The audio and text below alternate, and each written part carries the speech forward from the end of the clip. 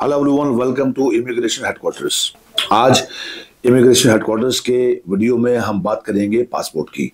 ये वीडियो बहुत इंपॉर्टेंट है, वो इसलिए क्योंकि काफ़ी लोग जानते हैं इस बात को और जो नहीं जानते मैं उनको बताना चाहता हूँ कि पिछले 2 साल में इंडिया की पासपोर्ट की रैंकिंग जो है वो काफ़ी नीचे गिर चुकी है, जिसकी वजह से इंडियंस को ट्रैवल करने में बहुत सारे इश्यूज आ रहे हैं। वीज़ा मिलना डिफिकल्ट हो चुका है। काफ़ी सारे लोगों को वीज़ा मिलता भी है, लेकिन ऐसे बहुत सारे लोग हैं जिनको वीज़ा नहीं मिलता है। देखिए, पासपोर्ट तक पहुंचना एक सेकंड स्टेप होगा। पहले हम ये जानेंगे कि हम अर्जेंटीना कैसे पहुंच सकते हैं। अगर हम इंडियन हैं, पाकिस्तानी हैं, बांग्लादेशी हैं, तो हम अर्जेंटीना ट्रैवल कैसे कर सकते हैं, क्योंकि जो भी कुछ होगा वो अर्जेंटीना पहुंचने के बाद होगा। अर्जेंटीना जाने के 3 तरीके हैं। सबसे पहला टूरिस्ट वीज़ा, दूसरा स्टडी परमिट और तीसरा डिजिटल नोमैड वीज़ा।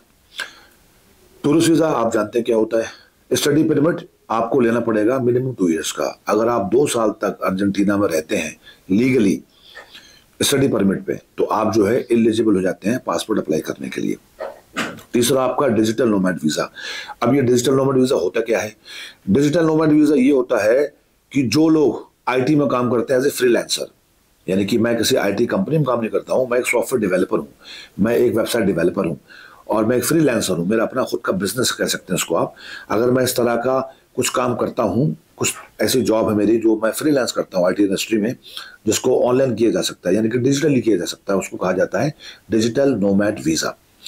ये डिजिटल नोमैड वीज़ा आपको एक ग्राउंड देता है अर्जेंटीना जाने का। आप वहाँ जाएं, वहाँ जाकर आप 2 साल या तो पढ़ाई करें, या फिर आप डिजिटल नोमैड वीज़ा पे अपना काम करते रहें, या फिर आप एज ए टूरिस्ट जाएं और वहाँ जाकर उसको वर्क परमिट में कन्वर्ट भी करा सकते हैं आप। तो ये भी एक ऑप्शन है।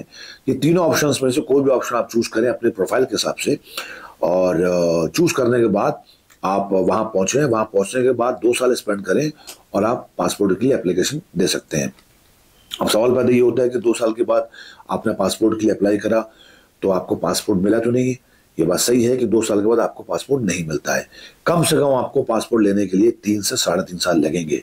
यानी कि 2 साल के बाद आपने अप्लाई किया, 6 महीने, 8 महीने, 1 साल या फिर 1.5 साल के बाद आपको पासपोर्ट मिलेगा। लेकिन अगर आप 3 साल यहाँ पर लगाते हैं, अगर आपकी एज 20 साल है, 25 साल है, 30 साल भी है, तो मैं आपको सजेस्ट करूंगा कि आप डंकी लगा के ना जाएं। आप इलीगल तरीके से किसी कंट्री में ना जाएं, क्योंकि वहां पर जाना बहुत रिस्की होता है। फिर आप वहां पर कई साल तक आप इलीगली काम करते रहते हैं।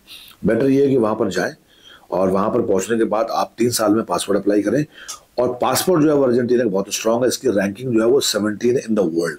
अर्जेंटीना पासपोर्ट मिलने के बाद आपके लिए पूरा यूरोप फ्री हो जाता है। आप यूरोप में कहीं भी ट्रैवल कर सकते हैं। कनाडा का वीज़ा मिलना बहुत ईजी हो जाता है, यूएस का वीज़ा मिलना बहुत ईजी हो जाता है। और आपको चाहिए क्या है? अगर आप इंडिया की बात करें तो इंडिया का पासपोर्ट जो है वो अभी 84 रैंकिंग पर है।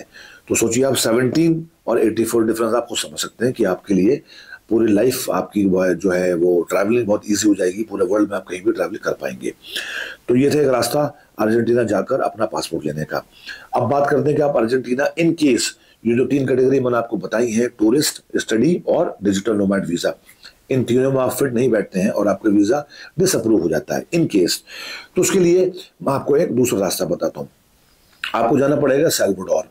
सेल्वाडोर एक कंट्री है जो इंडियंस को वीज़ा फ्री देती है, यानी कि आपको वीज़ा लेने की ज़रूरत नहीं है। यहाँ से आप टिकट लेंगे, होटल बुकिंग दिखाएंगे और डायरेक्टली आप फ्लाई करके सेल्वाडोर पहुंच जाएंगे, जो कि अर्जेंटीना से कुछ ही डिस्टेंस पर है। एल सेल्वाडोर पहुंचने के बाद आपको अर्जेंटीना की एम्बेसी जाना पड़ेगा। वहां जाकर आपको वीज़ा अप्लाई करना पड़ेगा। और वीज़ा जो है वो ई वीज़ा नहीं है, आपको मिलेगा वहां से स्टिकर वीज़ा। स्टिकर वीज़ा मिलना बहुत आसान है, कोई इशू नहीं है, कोई प्रॉब्लम नहीं है। उसके पीछे एक रीज़न है। एल सेल्वाडोर से जिस डायरेक्शन में अर्जेंटीना है, उससे ऑपोजिट डायरेक्शन में अमेरिका है। यानी कि अगर आप अर्जेंटीना की तरफ जाते हैं तो वहां की एम्बेसी यही सोचेगी कि ये जो है अमेरिका की तरफ नहीं जा रहा है, उसके ऑपोजिट डायरेक्शन में जा रहा है। इसका मतलब ये डंकी रूट पे नहीं जाने वाला है।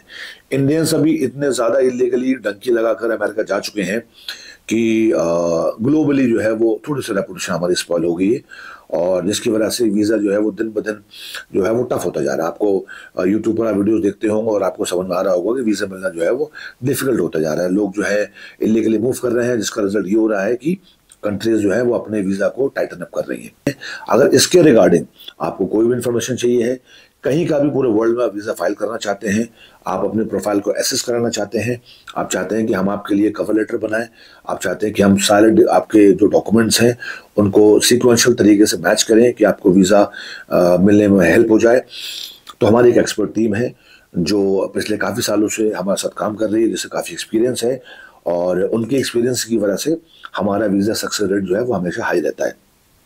तो आप मुझे कांटेक्ट कर सकते हैं नीचे दिए हुए नंबर पर, और मिलते हैं बहुत जल्दी नेक्स्ट वीडियो में। Till then take care, bye bye.